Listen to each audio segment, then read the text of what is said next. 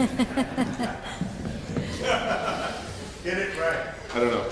It just didn't. This is the way my office is set up. Okay. I need the familiar comforts. Hi everyone.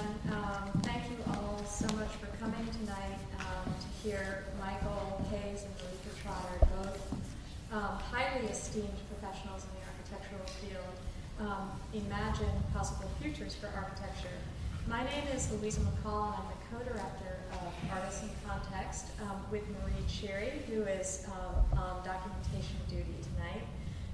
We started Artists in Context in 2009 to explore the possibilities of collaborative artistic practices at the intersection of art and other fields, including health, nature, justice, consumption, belief, learning, shelter, and nation.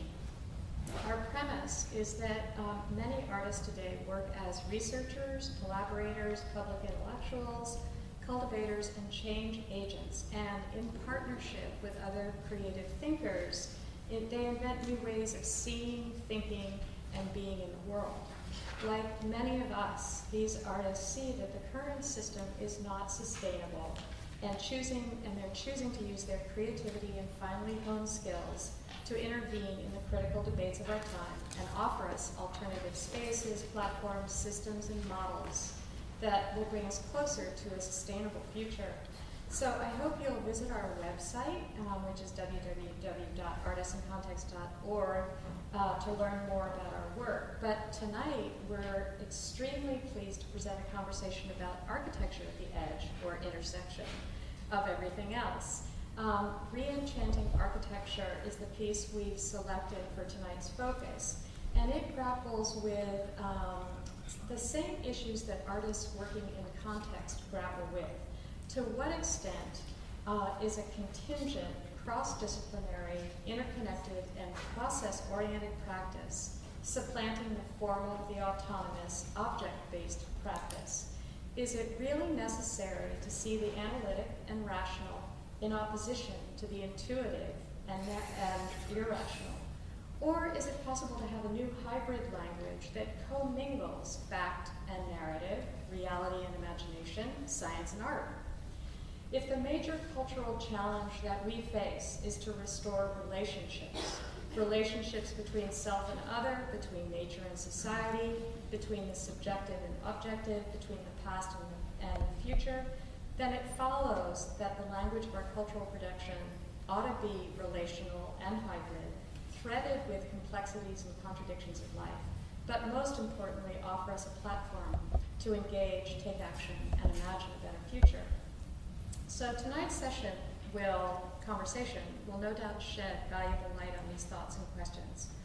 And here are some very brief observations about the significance of this conversation. For one, it first defined and then bridged the gap between the tasks and possibilities of negative architecture and those of contingent design.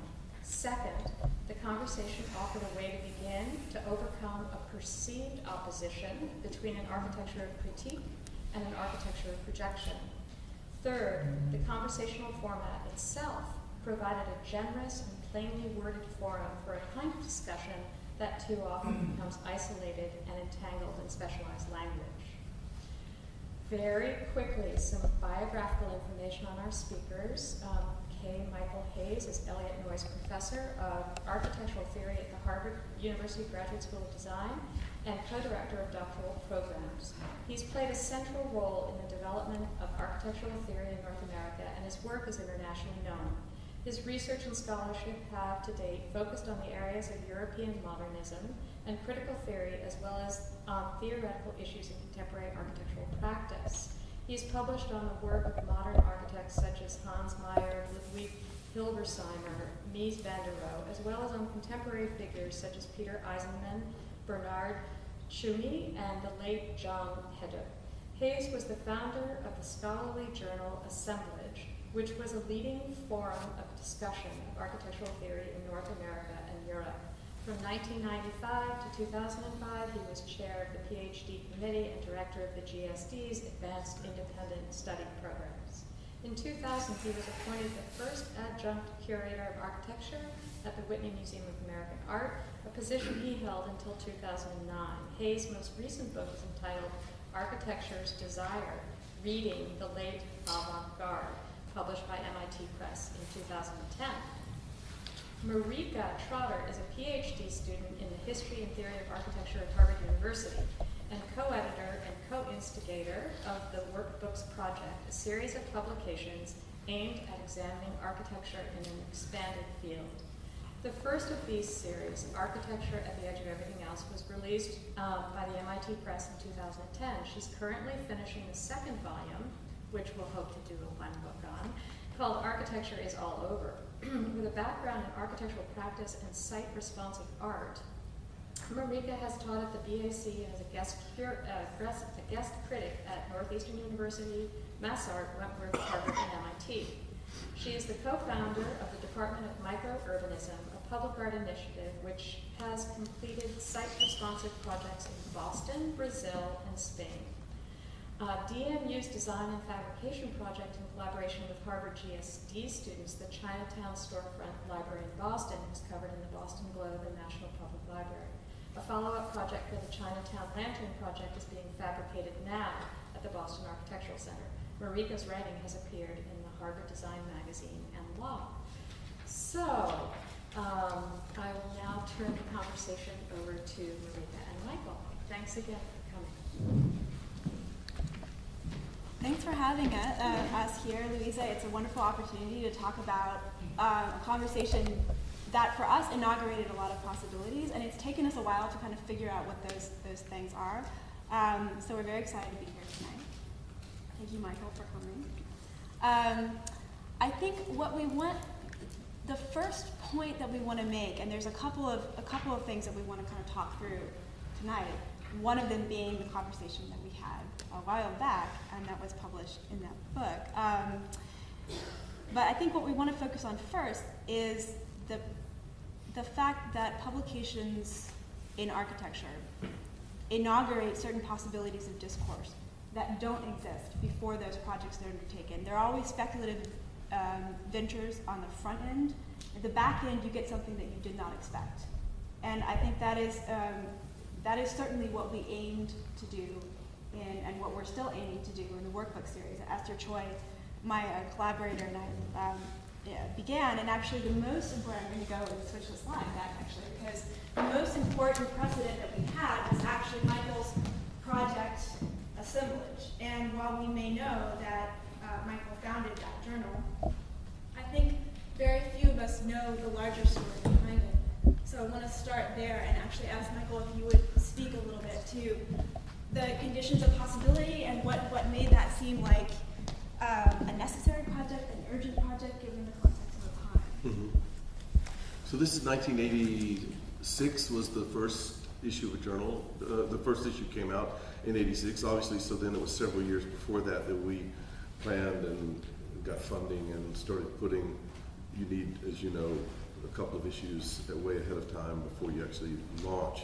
So what had happened, most of you, the students here will remember the journal Oppositions. It came out of New York with Peter Eisenman, Tony Vidler, Mario Gonzalez, Kenneth Frampton as the editors. And I would say that we were very aware. Oppositions had ended a few years before it had closed, and we were very aware of the gap. But that I think isn't reason enough. The feeling of a gap is not reason enough to start a publication. I think a journal like that. We did have we did feel an urgency. Did you use that word? Yeah. I think we did feel an urgency, and this was the situation as we saw it. Oppositions had been the kind of architectural theory that Oppositions sponsored and promoted was a theory written largely by practicing architects. And in those days, it's really, it may be difficult to, I think things have really changed for the students, especially I'm looking at here. The great teachers of that moment, Peter Eisenman himself, Charles Moore, Jorge Silvetti a little bit later, teachers like that were all first and foremost practicing architects who during the recession of the 70s had very little work and quite frankly went to the academy, first of all, just to make ends meet, and then became more involved with academic thinking and writing. But they always defined themselves first and foremost as practicing architects. The tools they had were the tools of structuralism, of Claude Lévi-Strauss, the anthropologist, who was really the kind of father of a way of thinking called structuralism, which was a very formal examination of the structure of society, the structure of tribes, it's anthropological, but who sponsored a structuralist way of reading cultural objects generally, including architecture. And that was really the tools that they had, and they employed those tools or deployed those tools to understand the production of architectural form.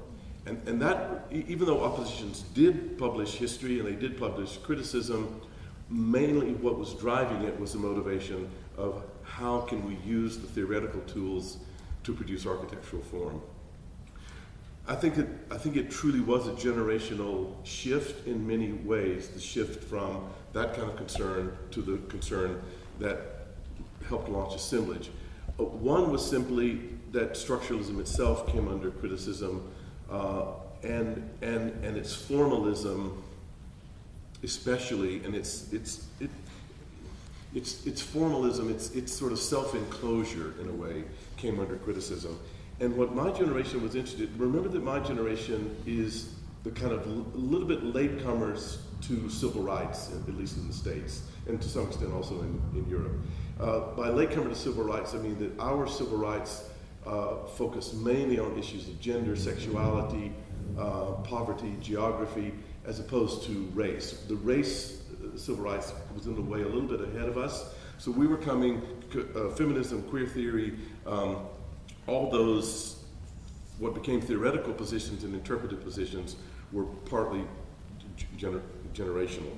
But the tools we had were the tools of French post-structuralism, tools that, rather than digging into the internal workings of the architectural object, without losing touch with form at all, but rather unfolded the architectural object into its various contexts, and really examined the architectural object.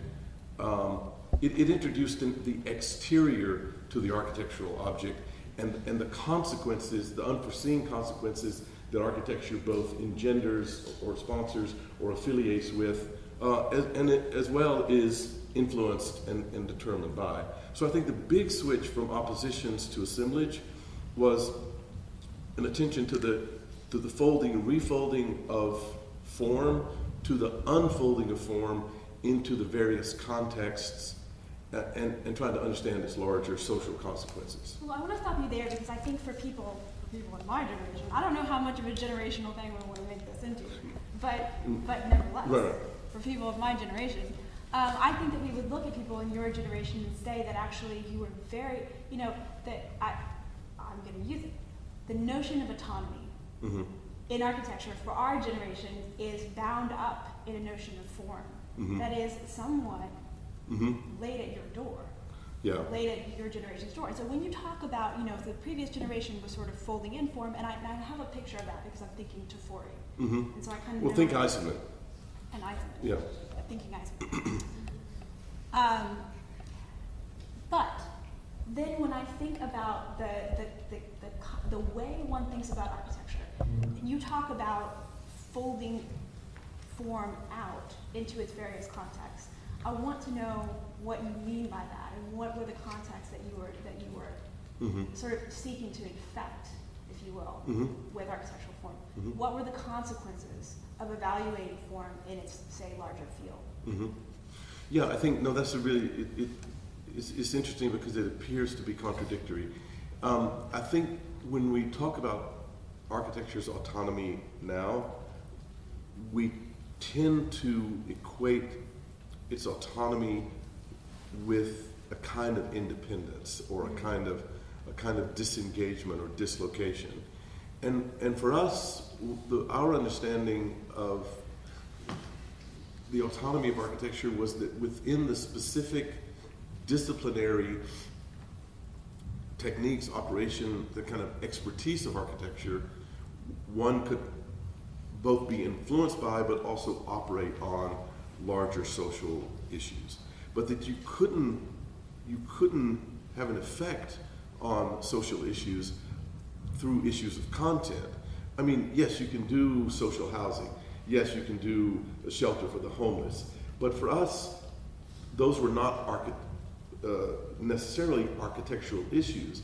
We were interested in how architecture represents, gives form to, as well as supports ideologies. And the insistence was that our expertise in looking at gender issues, our expertise in looking at subject formation or identity formation, our expertise at looking at issues of power and poverty and property, we would not look at it as sociologists, but we would look at it as architects, and that our expertise would find the architectural versions of activism, yeah. sort of some kind of agency within the making of architecture, the thinking of architecture, the acting of architecture itself. Yeah. And this came from French post-structuralism, but it came also from the critical theory of the Frankfurt School, and someone like Theodor Adorno's insistence that no matter what Stravinsky's own personal politics, that Stravinsky's music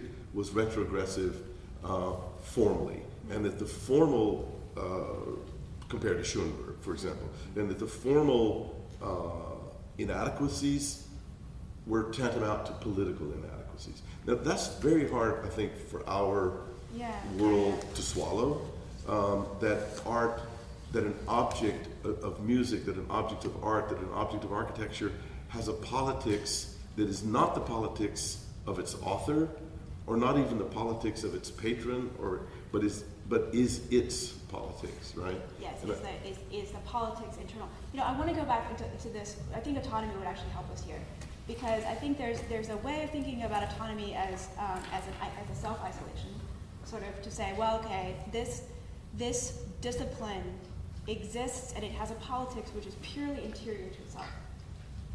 Or to think about autonomy, which means, as you all know, to give law to oneself. Or to think about autonomy as some kind of body of practice and some kind of collection of thinking. And I want to then go to assemblage with this, like my collection. That is big enough and robust enough as a way of thinking, as a way of acting, that it actually has some motive force, that it actually has some agency. So if there are certain things, for instance, that are particular to architecture as a discipline, that are disciplinary problems for architecture, things that architecture can do that other disciplines cannot do, then one has, this is Habermas's notion, one has then enough disciplinary motivation or impetus or agency to do something, to make a difference in the larger context. But if you say, all right, no, I'm an architectural, I'm trained in architecture, but I'm gonna apply architecture without any thought for that disciplinarity, then this is Habermas's argument anyhow, that one then loses that motive force that is contained within the discipline proper. So it comes back to a definition of disciplinarity. I'm wondering, it seems to me, looking at what it did at Assemblage, is a disciplinary project.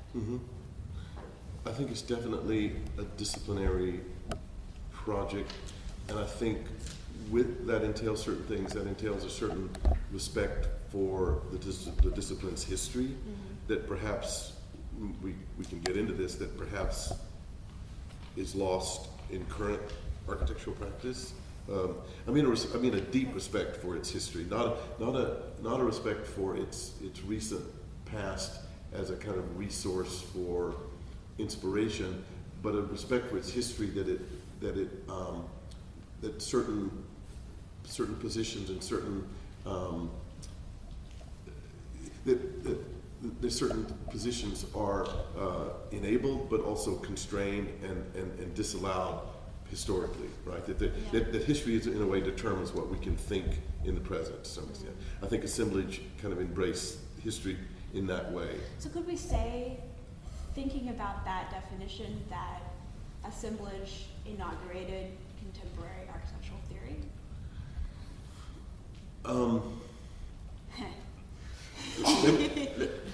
Yeah, I mean, I see Villas doing something horrible.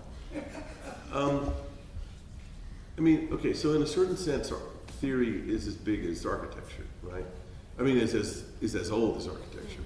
And certainly in another sense, theory, certainly you would have to credit the 1970s and oppositions and other journals with turning the instruments of theory toward architecture. By the way, the 60s and 70s were a time when every art practice, film mainly, well, film and literature mainly, but a lot of other cultural practices turned to theory. So architecture was not alone in that. What I would claim is that the way architectural theory became a very controversial and the controversies around architectural theory was around the sort of theory that I believe Assemblage constructed and developed, and the split, the much discussed in the late 1990s split between theory and practice can either be credited to or blamed on Assemblage to a large extent, because we were not concerned with devising ways. We were not concerned with operative theory. We were not concerned with instrumentalizing theory for practice, and that got us into trouble. There was a lot of controversy. Even within the Assemblage group, there was controversy about that. We did publish projects. We were actually the first to publish in the States to publish Herzog and de Meuron. I mean, this is we published a lot of what became very important practices, but we published them, but we didn't endorse them in a way. We didn't instrumentalize our theory in order to support that work. So sort of the anti-Clement Greenberg. Yeah, we documented the work. We documented what we thought was important work, and we criticized discursively. Well, okay, I give you that you weren't trying to instrumentalize theory, or that you effectively de-instrumentalized theory in terms of producing a certain sanctioned subset of form. I don't think that you can get away with saying that it wasn't operative, because there is a position actually inherent in refusing to sanction certain ways of form making. You're saying something about the way one thinks architecture and its value, and I want you to talk about that a little bit. So what happens when you actually, I mean, there's something, it's not a random title, that when you chose the word assemblage, there was a specific thinking that was behind that, and to me there is an operation that's going on, and there is a possibility of opportunity involved. The other thing that maybe needs to be put on the table is that thing we never talk about, which is postmodernism, and then the 70s. Well, this is the time, though, right? This is mid 80s when it started. So what we thought we saw happening was that the structuralism and the semiotics of the generation of theorists before us, who had made an operative theory, we thought, can make a pretty direct line from that kind of theory, unwittingly or not, straight to insert that trajectory, that vector of theory, into the building boom of the 80s and the coming out of the recession of the 70s with a big bang, and it looks like that's the definition of postmodernism. And we thought that was what we would wanted to stand against.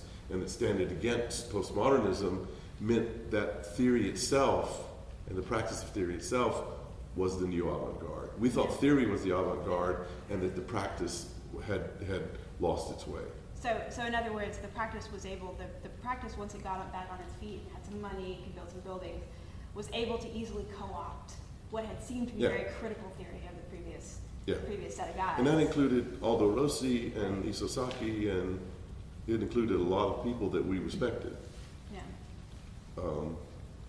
And by Berlin, by the sort of building rebuilding of Berlin and the eBau, all those architects had gone back into practice and were essentially doing what we thought of as ordinary postmodernism, and it all looked pretty much alike for us. But assemblage, okay, but we took assemblage very literally, that it wasn't we didn't dig on our heels about taking a position. We rather drew a frame, a certain kind of discursive frame, and then we inserted into that frame, in a real collage-like way, projects, experimental work, different kinds of writing, very long historical essays, very short kind of aphoristic work.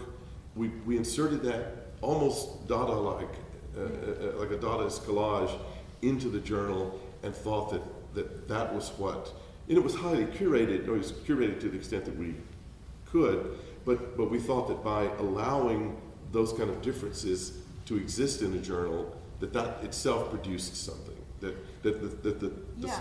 I mean, I think I want to now. I need a slide turner. Look, my Jonathan, could you turn to the previous slide? No, the next slide. Yeah, the next slide. Sorry, the next slide. Yes. This one? This is the one I had in mind. Thank you very much. So I think actually it's funny because some time passed. Yeah. Some time passed, and a couple of students showed up at the MDes program, the Master of Design Studies program at Harvard, and we looked around and we thought that we needed, that we urgently needed a new possibility in architectural discourse, and we thought that we needed to create an assemblage of pieces that would not only be in dialogue with the contemporary conditions, which seemed and still seem today, to me anyhow, to be pretty dire, but that would also be a dialogue and not necessarily in agreement with each other. And I think we were looking around for some kind of venue.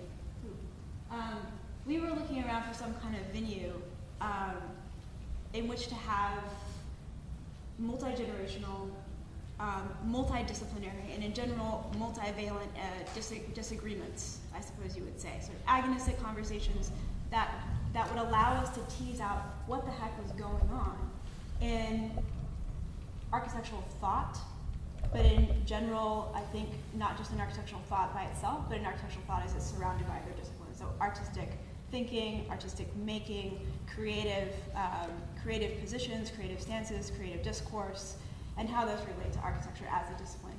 And so in a way, we had a very similar mandate, and we looked specifically to assemblage as a model.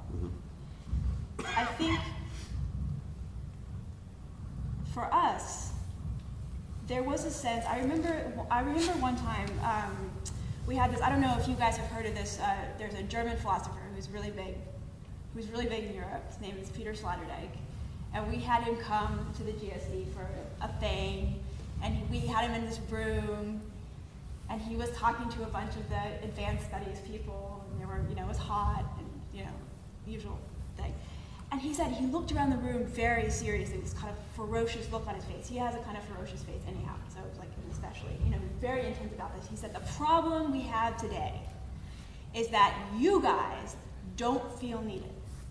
And he said, that's the worst thing that my generation did to your generation, is we all felt like we had something that we could contribute to the status, the status quo and how we were living and what was going on. And we then took that away from you. Somehow we made you guys feel like there was nothing left to do. And I tell you, I looked around that room, and these PhD students, serious, gonna become academics in their fancy clothing and everything. There were so many teary eyes in that room. It really struck a nerve. And I think that's what Esther and I, in a way, were trying to inaugurate, was the space of possibility to actually make a difference, to have some room to maneuver in what had become a very straitjackety feeling slippage between what you might call theory and what we might actually recognize as alibis. So, in a way, we had come back to the condition that you began to critique in Assemblage, where you said, holy crap, we had all of this wonderful critical theory, it was very sophisticated, and look at how easily it was co-opted as soon as the market turned around. I think we were looking at the tail end of the process mirroring itself later in time, where we said, actually, we have a whole bunch of really interesting discourse going on. We've got crazy, weird projects happening, and it's completely in support of a status quo which is unsustainable, unjust, and abhorrent in many ways. And we don't want to be part of it. Where's the space for us to create a different kind of discourse? There isn't one, let's make one. And how did you go about that? Well, the first issue. Yeah. Well, we didn't know what we were doing. It's always very helpful, I think, not to know what you're doing. I think there are certain times in your life when, and this is for the students in the room, whatever stage of studenthood you're at, when you really ought to go with the fact that you don't know what you're doing, and assume and tell yourself and assume to yourself that you matter and you can make a difference, and your ideas and observations and insights and thoughts and fantasies and hopes and fears are valuable and they're legitimate and they matter. Because I think for us, we were able to get that sense, even maybe a false sense, even maybe a hubristic sense, but nevertheless a sense of being legitimate, because we happened to be at this really great design school, surrounded by a bunch of people who thought they were just, the cat's pajamas. And we added to that the fact that we had no idea what we were doing. But I think one of the things that struck me about the first issue was how much you used interviews. Yeah. And used interviews, at least in our case, very, very straight transcripts. A lot of interviews, as I'm sure all of you know, in journals or books, are highly, highly constructed and finessed, and that's fine. And sometimes you have to edit things, and you have to rewrite things sometimes. But actually, the interviews that I'm familiar with in the first issue, they were embarrassingly unedited. They were embarrassingly raw for some of us. But that was on purpose. But I think there's a time in different disciplines when there's certain kinds of writing that can be done that's highly specialized and sophisticated. This thing has a life of its own, doesn't it? It's haunting. There's like no, and I don't know who that is breathing in the microphone. I mean, none of us have on mics, right? Yeah. But anyway, It's all animated. there's a time in a there's a time in a discipline, I think, when you can write in a very specific, detailed, and precise way, and then there's a realm of ideas that you simply don't have the concepts and even the vocabulary to talk about yet, and yet you feel something is happening. And one of the things I think that you caught in that first issue in a number of the interviews was a sense of emergence, that we don't have the vocabulary, the theory to explain this, but an interview allows you to capture its kind of emergence, and that to me was very, very striking. If what we're talking about here is the power of discourse. But I think also it has to do with the power of not knowing what you're doing. Yeah. But don't discount that. That's very important. But admitting that there is not yet that it's not yet worked out. Yeah. It's not that you don't know what you're doing. It's that you know something is happening that you don't have the tools yet to totally work through. Well, and I think that's what we were able to do. And that's why, I mean, it's funny because as editors, it's mostly you send a book out, and I'm sure, Bill, you know what I'm talking about. You send an issue of a periodical out, and you get sort of deafening silence. But you never really know. But then you start getting little filtering pieces of feedback, sort of start to fall to the bottom of the ocean, like krill or something, and you siphon them up and hope that they're representative. And the piece that you and I did, the conversation that we did, which seemed so difficult and kind of embarrassing at the time, it was so kind of raw and like we were trying to figure out what we were going to say, and ended up being one of those pieces that we actually did get feedback on. I think the reason that it resonated for people is because, in a way, it was a very honest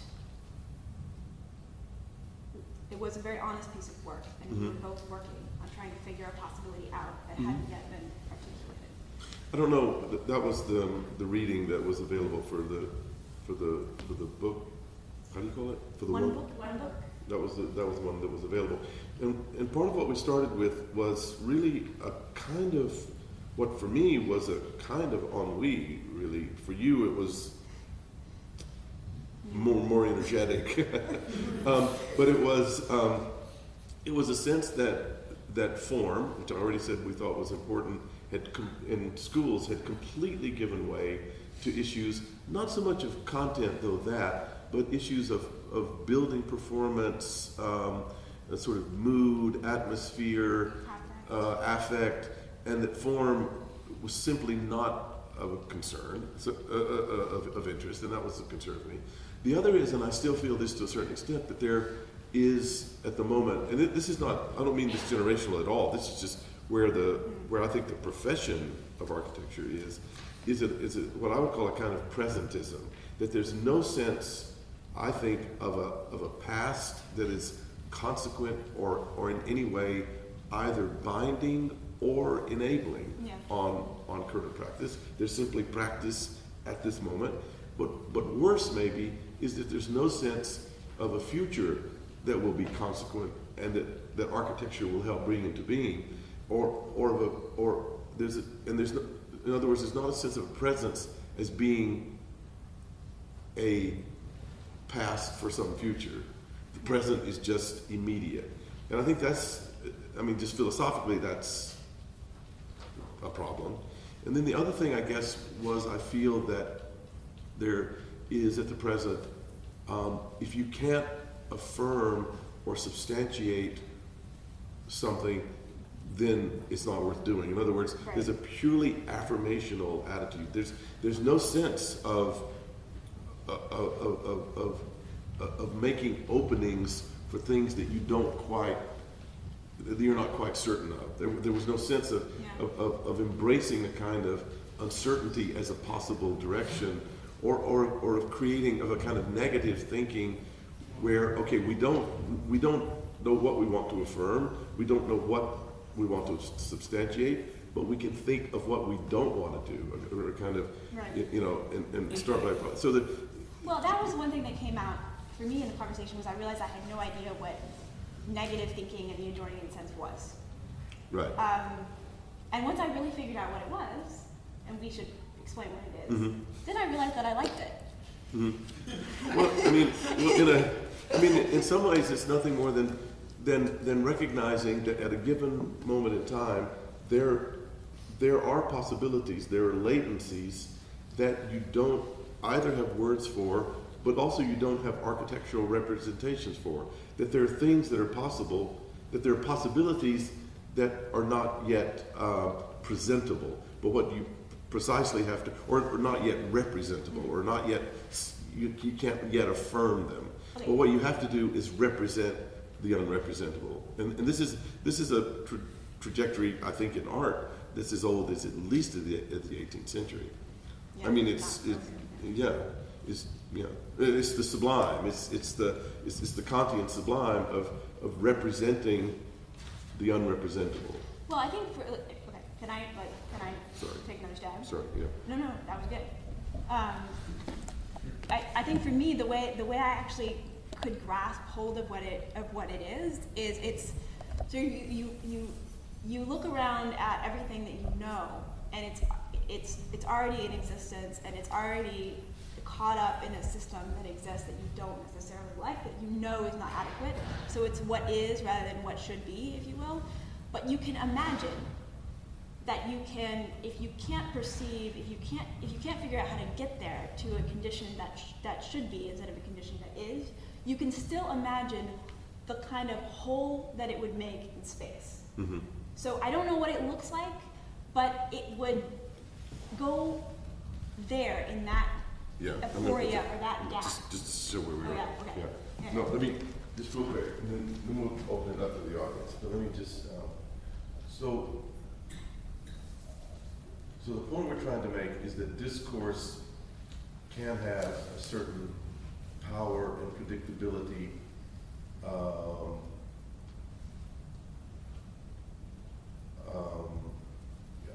Sorry, your mouse pad is very weird. Apparently I have very sticky fingers. So the point I think of the night, if there's a single point, is that a discourse, which starts with the idea of publication or it starts with the idea of interview, actually can have a kind of power and predictability and a consequence that you would never imagine a discourse alone is having. So what Marrikka and I did, and this is literally a photograph taken with a cell. Can you stop this thing? So this is literally a piece of paper that Marrikka and I was working on as we were talking about this interview that she published that you read. And what we started with, you can see in the top right where there's a kind of S looking thing in this square. We started trying to diagram a kind of architecture that was concerned with conventions, with codes that were already pre-established. And we thought about someone even like Peter Eisenman, who's clearly, and also an architecture concerned with what I call the symbolic authorities. Like the symbolic authority for Peter Eisenman is Le Corbusier, right? Everything Eisenman does is in some way a continuation or a negation of Le Corbusier as a kind of father figure. The symbolic authority for the Italian Renaissance was antiquity itself. So these kind of symbolic authorities, that's kind of architecture, capital A, and that's where we started. And we thought, in a way, the opposite of that, or a possible other of that, is an architecture that's not yet fully formed, that's still made of, you can see, fragments, scenes, encounters, and narratives. So there are scenarios in this kind of architecture, but there's not yet a language or a code, that fully counts for this architecture. So if this is Eisenman and Chubby maybe in some of his moods, then on the left would be someone like Hayek and Rossi. We were thinking about architecture's desire and the characters in that book. And that Hayek is much more about fragments and scenes and encounters, and Rossi's about scenes. And then as we know from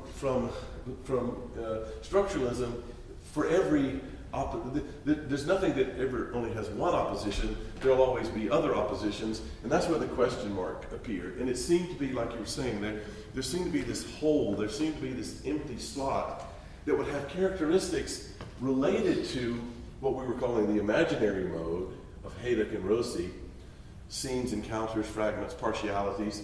That would be the opposite of the symbolic mode that we were calling Eisenman and Le Corbusier and Palladio would be in the symbolic mode of a fully formed, codified, full-blown language of architecture. So we started trying to think about what would be the characteristics of this, and as we were doing it, now you can move it to some of those images that we were seeing. And I wasn't even aware, frankly, of a lot of these projects, but Marrikka's kept feeding images to me saying, is this what we're talking about? Would this count? Is that not fair?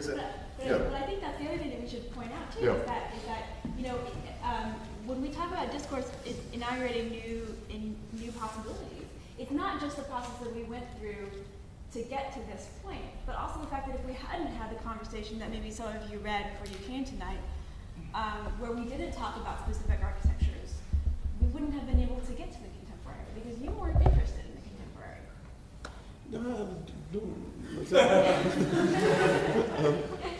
No, I mean you weren't, because you weren't doing studio crits. Right. You weren't teaching studio. You weren't publishing anything on the contemporary. You gotta be careful here, girl. I mean, I thought you were going to say I wasn't publishing anything, but you're right. I wasn't publishing anything on the contemporary. You had said, I don't find it interesting. I mean, maybe you hadn't actually said that. No, I guess I didn't find it contemporary practice so interesting.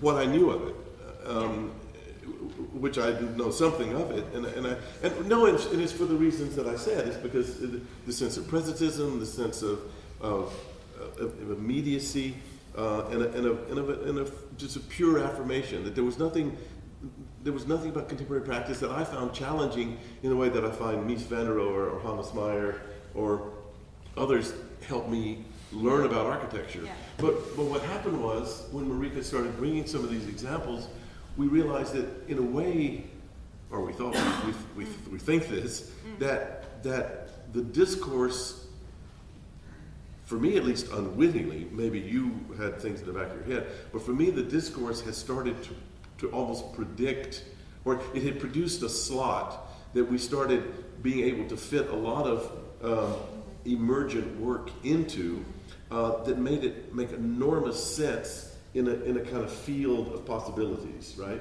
So if you think about these positions in this square as being possible slots to occupy within a coherent field of options, then all of a sudden this work, which in a way was just very peculiar and isolated, and a lot of it was just small pavilions, a lot of it was temporary work, a lot of it had been produced for the Venice Biennale, so it was, all of a sudden started to make sense in a much more global context. Well, I think too, I mean, like, you've seen, all these images in the background if we've been talking, so you've seen the 4 projects that we were really focused on. This is a conversation that the conversation that we had in architecture at the end of everything else inaugurated. This is a subsequent conversation that we had.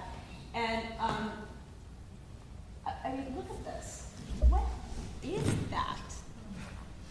It's a blur of a building that's not a building, that's structure that actually collapsed, if you know the history of this.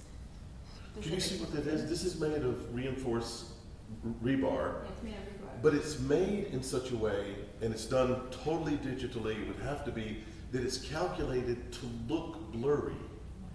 That wasn't a bad slide. It was calculated that the kind of moire effects of the planes make it look like a blur. This is inside. But what do you do with these kind of weird objects when they start to somehow, I mean, the thing that I think that we came up with, the analogy, is a literary analogy of Borges talks about an encyclopedia that begins to appear in a world, and as it, if they find one volume and then years later they find another volume, it's a strange encyclopedia, it's totally fictional. But the weird thing about that encyclopedia is that actually, once people start to read it and incorporate it into their frame of knowing, and their way of knowledge, these actual weird objects start to appear in the world from this fictional encyclopedia. And we began to see projects like these that are kind of at the cusp of architecture. So they're ephemeral. They're some of them are hardly lasted, but they're also very weird and alien as these same sorts of projects that one can't, I knew about these projects before we started working on this, but I didn't know what to do with them. But it seemed like that it wasn't just that they were weird, they seemed to be emergent. There seemed to be, rather than the fragments of Rossi or the kind of the kind of slight distrust that Rossi has, these things were distrustful of themselves. They were emergent. They weren't quite certain of themselves. They seemed very fragile. I mean, the Heatherwick thing, the seed pavilion, is something that actually it doesn't look real. It looks like a fog, and it's entirely real. It's very there. By the way, one of our instructors at the GSD helped build structure, do the calculations for that thing. But it's very much there, but yet it mistrusts its own appearance, or it seems to be arising out of some vapor, right? Yeah, it seems to be rising out of that possibility. So when we talked about negative thinking earlier, it seems to be kind of arising out of the possibility of a place that doesn't exist, but that could exist. And that's the important thing, that it's a situation that isn't yet possible, but it's looking forward. I do think these are forward-looking projects. They're trying to articulate, they're trying to present the unrepresentable. They're trying to present us with some way of looking at an object. Now, I think they have everything to do with Hayek. I think there's an awareness of precedent.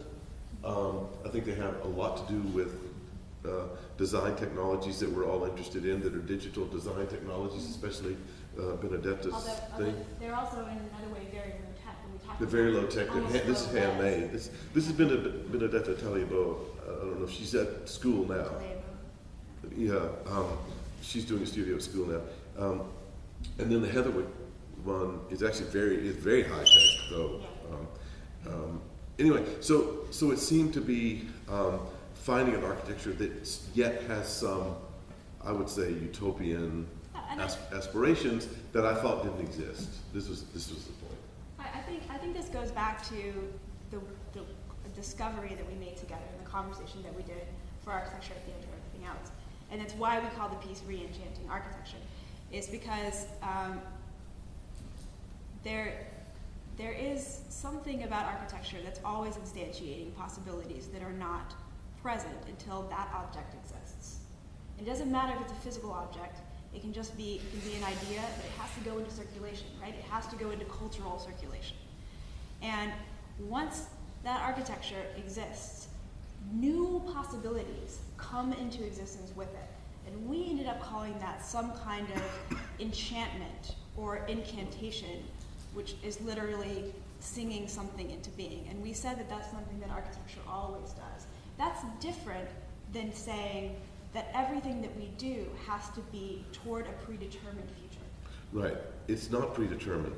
It just opens up a future of latencies that aren't yet, we don't yet know what they will become. And I think that's, for me, starting with a kind of disenchantment, and then Marrikka at some point, and I didn't know this, saying, well, you know, incantation actually literally, which the opposite of disenchantment, is quite literally singing into being. And I thought that was a very beautiful way of capturing a kind of utopian possibility for contemporary architecture. I think this is our chance to open. Yeah.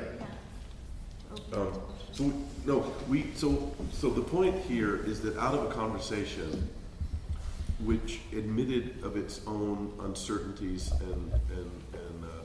and misgivings, something was produced. Some possibilities were produced out of discourse itself. Yep. And this was the point of, I think. And I think that's, and I feel like talking to students, talking to my students, that there is a real uncertainty or even just a dismissal of discourse as the creation of new possibilities.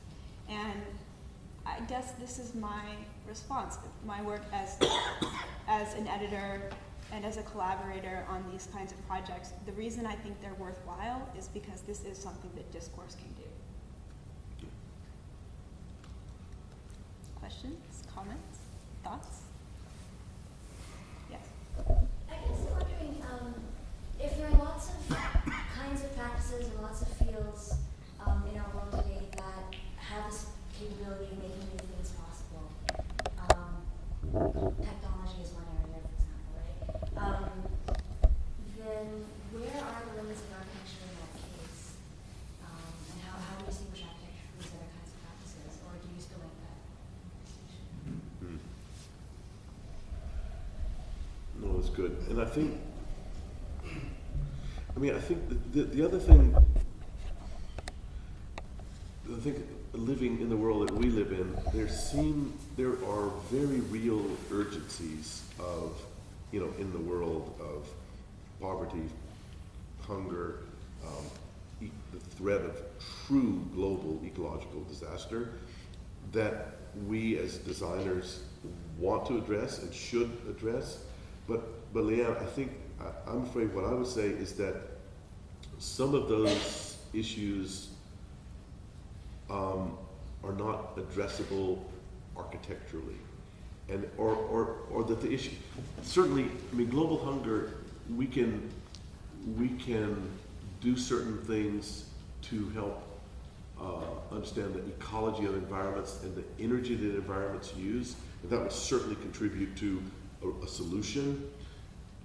And yet, on the other hand, architecture in the face of those kind of urgencies does not seem like the right, to me, well, so this is where I have an right. advantage, Mm-hmm. because I've just finished editing an entire new book with the even more provocative title of Architecture is All Over. And actually, one of the basic problematics that the book asks did not sound like a good sentence. Anyhow, one of the problems that the book wrestles with is what can architecture do in the face of these truly severe, important, dire, urgent conditions that we face today. And one of the pieces in this book that's going to be coming out is a photo essay by an artist. And it shows all of these unfinished architectural projects, including some by some very famous architects in Lebanon, sort of littering the landscape, the coastal landscape of Lebanon. And they're in this limbo.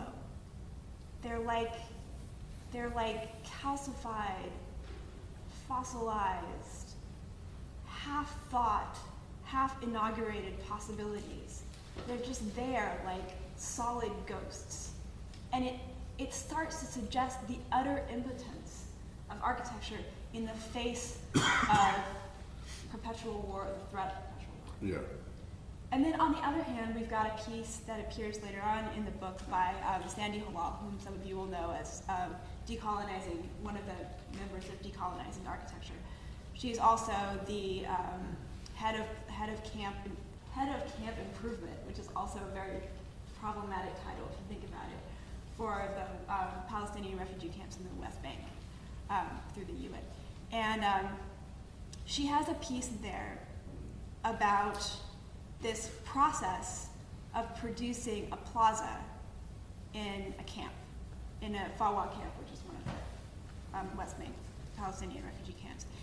And you know what? If on the one hand it looks like architecture can't do anything, on the other hand it looks like there's nothing it can't do. Because architecture as a way of thinking, with the specific skills that architects have, and the specific ways of thinking, ways of acting that are available to architects, is in fact capable of inaugurating new possibilities, even in the most contingent, stateless places in our world.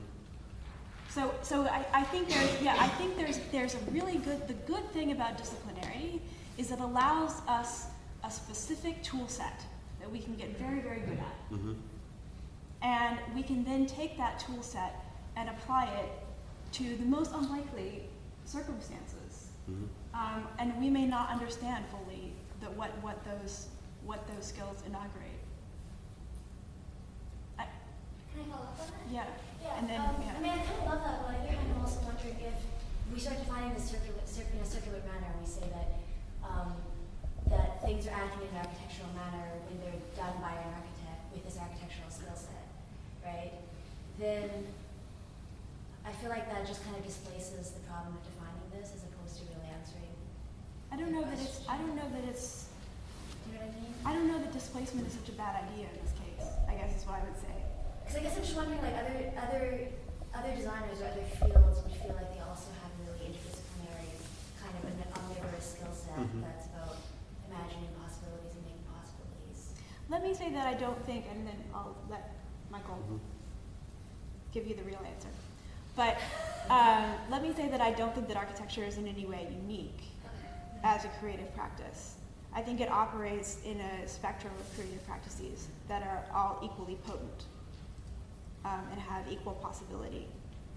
I do think that there are specific things that architecture does particularly well, and there are specific things that architecture does particularly badly. And I think it's inherent. It's important for us to actually know what those things are, to have a sense of our discipline, and to be disciplined about our discipline. Not so that we can turn our back on our interactions with other design discourses and with other design practices, but so that we can understand the role that we can play. No, there's this great phrase of Hannes Meyer's that he said that architects were specialists in generalization. And I think what he meant by that was that part of the expertise of the architect is to be able to see more and more, to put the problem in larger and larger context, and to pull away more and more, and to generalize, to be a specialist in the ability to contextualize in a very, very large way.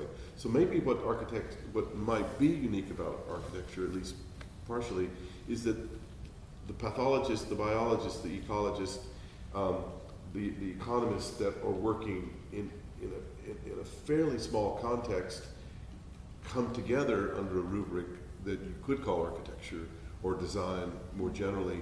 And I think so part of our role, and I think this will be collaborative, and I think it will be interdisciplinary, I think we know that, but that the architect actually has the ability of visualizing and actually representing the interaction of very complex systems at very large scales. I'm beginning to chuckle because I feel like I'm taking the more conservative position, because I feel like saying, yes, that's fine, as long as we remember that we have a discipline. You can be interdisciplinary but not non-disciplinary. Yeah. To be interdisciplinary, but let's have our discipline. A specialist in generalization. Yeah. Yes.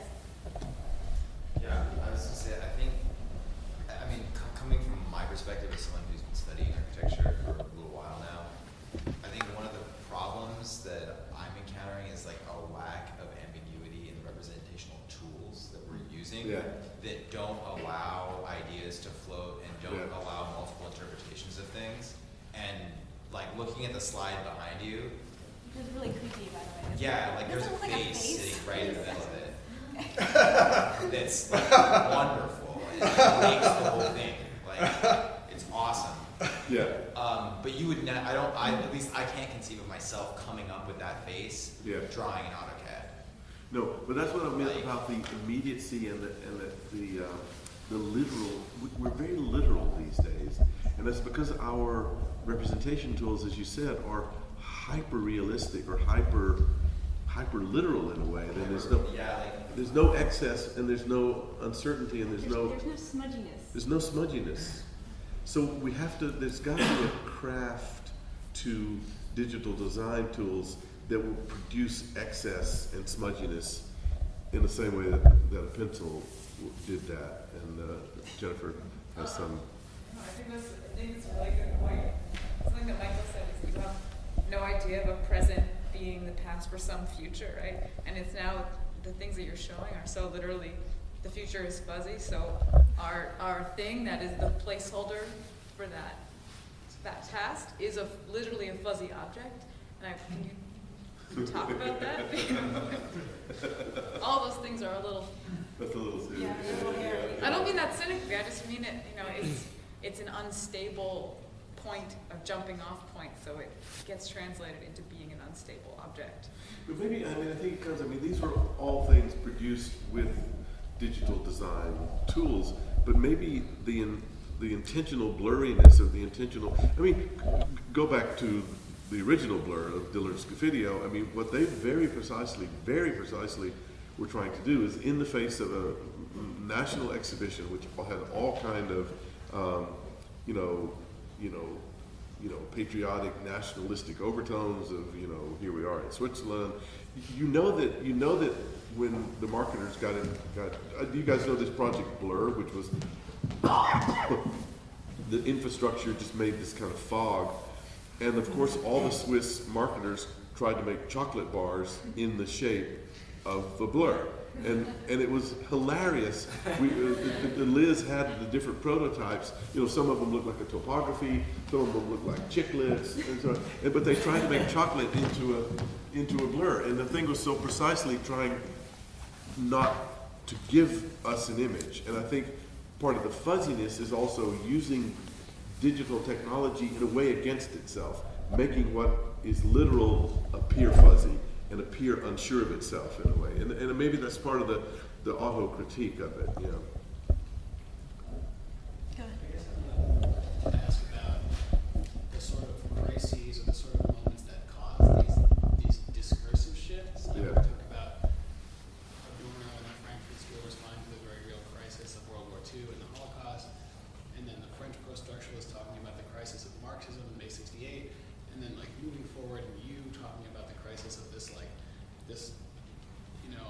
disillusionment with the sort of commercial appropriation of structuralism through postmodern architecture. I guess I'm